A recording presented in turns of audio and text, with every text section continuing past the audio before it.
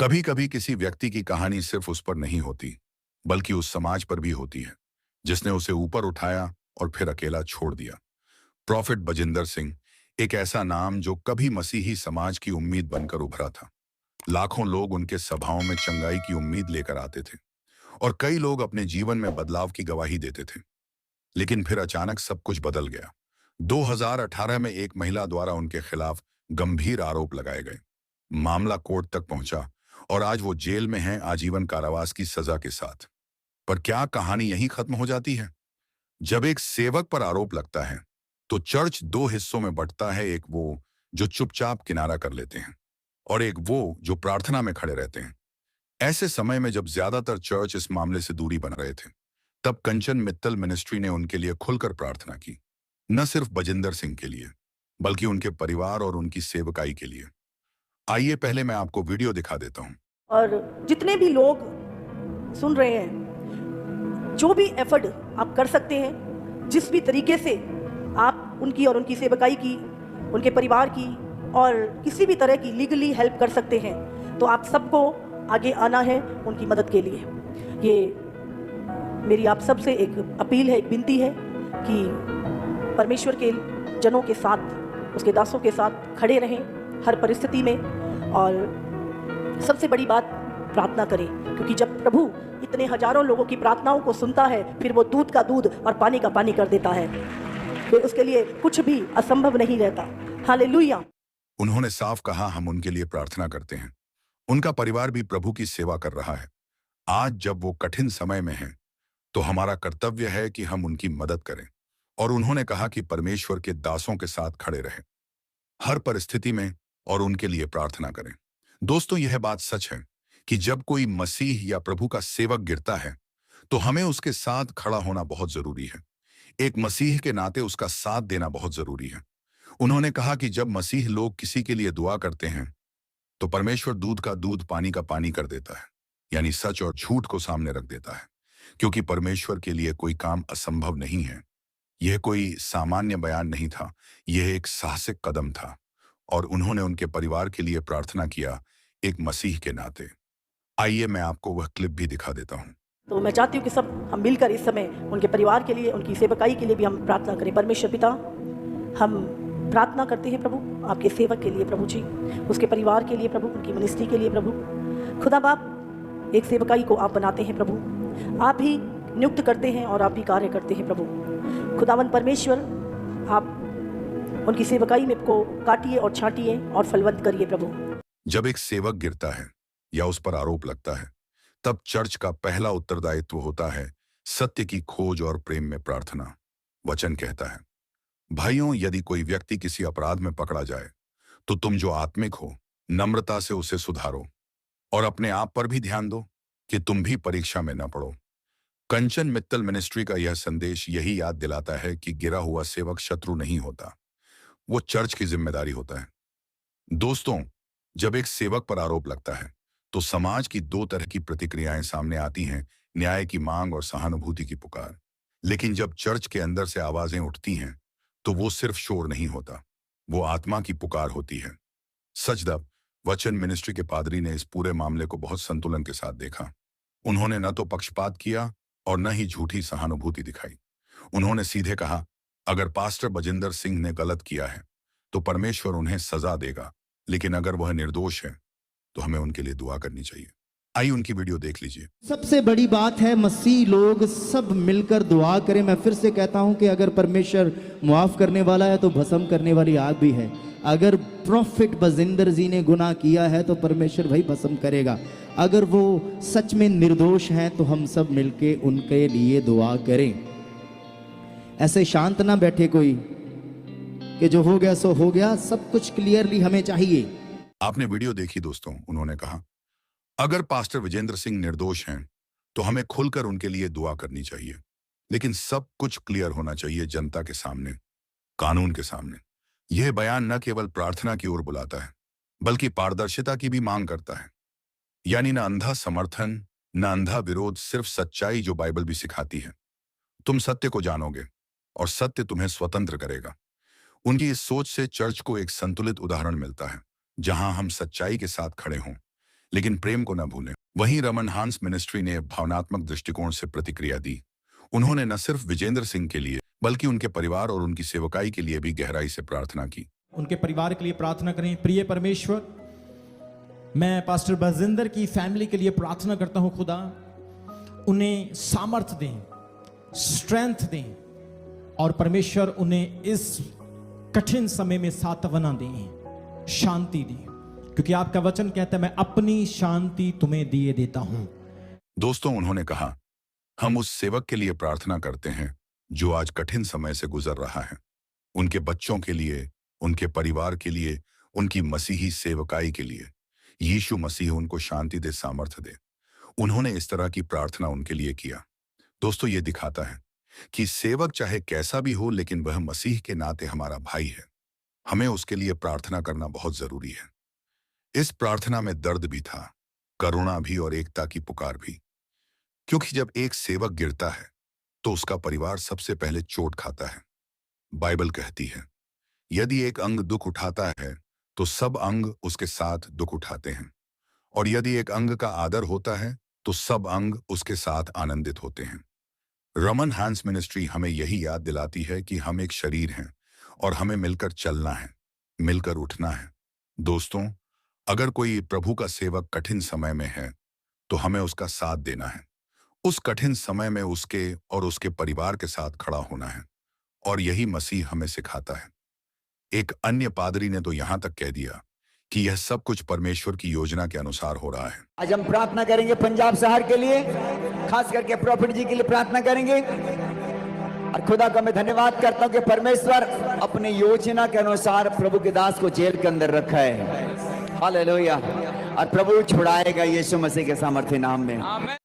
दोस्तों, आपने देखा, उन्होंने कहा, हो सकता है परमेश्वर ने खुद उन्हें वहां रखा हो ताकि उनकी सेवकाई में कुछ नया हो, ताकि पंजाब के लिए कुछ आत्मिक हो सके।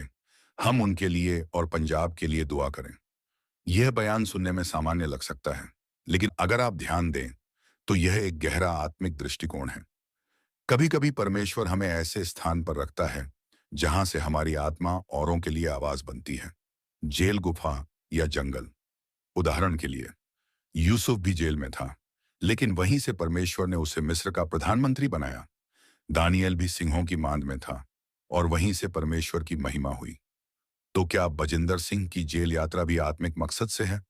इस सवाल का उत्तर सिर्फ समय देगा, लेकिन प्रार्थना तो अभी से शुरू हो सकती है। जब एक सेवक गिरता है तब सच्चाई की परीक्षा होती है और प्रेम का असली चेहरा सामने आता है। पास्टर अंकुर नरूला ने अपने भाषण में एक ऐसी बात कही जो पूरे मसीही समाज के लिए एक दर्पण की तरह है। उन्होंने कहा, मैं किसी मैन ऑफ गॉड से नफरत नहीं करता, मैं किसी भी सेवक के गिरने से खुश नहीं होता। हम एक शरीर हैं, और अगर एक अंग घायल हो तो पूरा शरीर पीड़ित होता है। आप पहले वीडियो देख लीजिए। मैं किसी से नफरत नहीं करता हूं, किसी मैन ऑफ गॉड के गिरने से मैं खुश नहीं हूं। वचन कहता है कि जब शाऊल गिरा तो दाऊद रोया। दोस्तों, यह बयान केवल भावनात्मक नहीं है, यह बाइबल आधारित है। यह वो दृष्टिकोण है जो यीशु ने अपने चेलों को सिखाया। हे भाइयों, यदि कोई मनुष्य किसी अपराध में पकड़ लिया जाए तो तुम आत्मिक लोग ऐसे को नम्रता की आत्मा से सुधारो। पास्टर अंकुर नरूला की ये बातें सिर्फ प्रॉफेट विजेंद्र सिंह के लिए नहीं थीं, वो एक सीख थी हम सब के लिए, क्योंकि जब हम दूसरों के गिरने पर हंसते हैं तो हम खुद अपनी आत्मा को गिरा रहे होते हैं। बहुत सारे लोग यह भी सोचते हैं कि पास्टर अंकुर नरूला उनसे नफरत करते हैं, उनकी मिनिस्ट्री से नफरत करते हैं।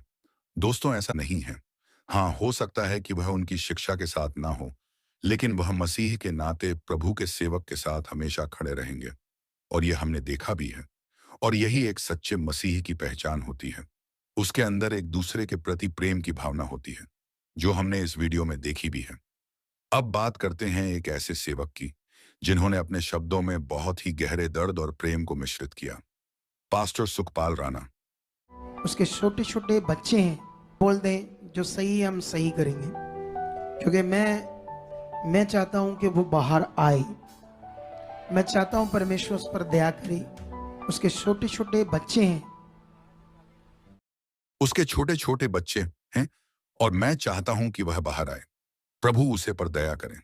यह कोई इंसान के शब्द नहीं है, यह आत्मा के शब्द है, उनके अंदर से पवित्र आत्मा उनके लिए दुआ कर रहा है।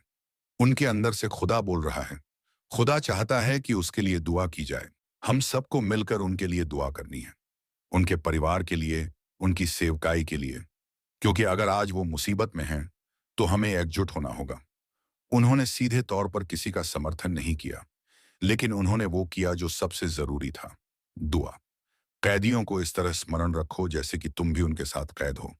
उनका यही संदेश था। हम भूल न जाएं कि एक सेवक का संघर्ष केवल उसका नहीं होता, वो पूरा समुदाय साथ लेकर चलता है। अब सवाल ये उठता है, अगर एक सेवक पर आरोप लगते हैं या वो गलती करता है, तो क्या उसकी सेवकाई वहीं समाप्त हो जाती है? बाइबल में देखते हैं, पतरस ने यीशु को 3 बार नकारा, लेकिन वही पतरस आगे चलकर हजारों को प्रभु की ओर लाया। यूहन्ना जो सब छोड़ भाग गया था, वही प्रकाशित वाक्य का लेखक बना। दाऊद ने भी पाप किया, लेकिन परमेश्वर ने उसे अपने हृदय का व्यक्ति कहा। वचन कहता है, हे परमेश्वर, मेरे भीतर शुद्ध मन उत्पन्न कर और मेरे भीतर नई आत्मा डाल। तो क्या विजेंद्र सिंह का गिरना उनका अंत है या एक नया आरंभ? ये हम तय नहीं कर सकते, यह परमेश्वर के हाथ में है। लेकिन हम यह तय कर सकते हैं कि हम न्याय के साथ खड़े होंगे और प्रेम में भी। इस वीडियो के अंत में हम आपसे कुछ मांग नहीं रहे, हम आपको आमंत्रित कर रहे हैं। परख करें लेकिन बिना घृणा के, प्रार्थना करें लेकिन बिना भेदभाव के, सत्य का साथ दें लेकिन प्रेम के साथ। दोष मत दो कि तुम पर दोष ना लगाया जाए। हो सकता है कल किसी और के लिए आपको उठना पड़े।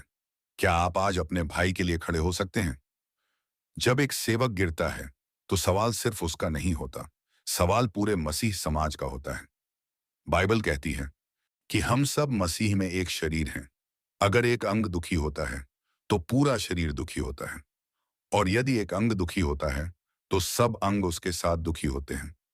तो जब आज पास्टर विजेंद्र सिंह जेल में हैं, उनकी सेवकाई, उनका परिवार संकट में है, तो क्या हम चुप बैठ सकते हैं? आज इस परिस्थिति में चर्च की असली पहचान सामने आती है। क्या हम भीड़ बनेंगे जो पत्थर उठाए खड़ी है, या हम वे होंगे जो कहेंगे, यीशु ने मुझे क्षमा किया, मैं भी क्षमा करूंगा। जो तुम में निर्दोष है वही पहले पत्थर फेंके। हर एक मिनिस्ट्री ने जो किया वो चर्च की मैच्योरिटी को दर्शाता है। कंचन मित्तल ने दया और मदद की अपील की। सच द VHN मिनिस्ट्री ने सत्य और स्पष्टता की बात की। रामन हांस ने पूरे परिवार के लिए दुआ की। सुखपाल राणा और अंकुर नारूला ने प्रेम और एकता का संदेश दिया। हमें 3 बातों को साथ लेकर चलना होगा। 1, न्याय यदि कोई दोष है तो सामने आए।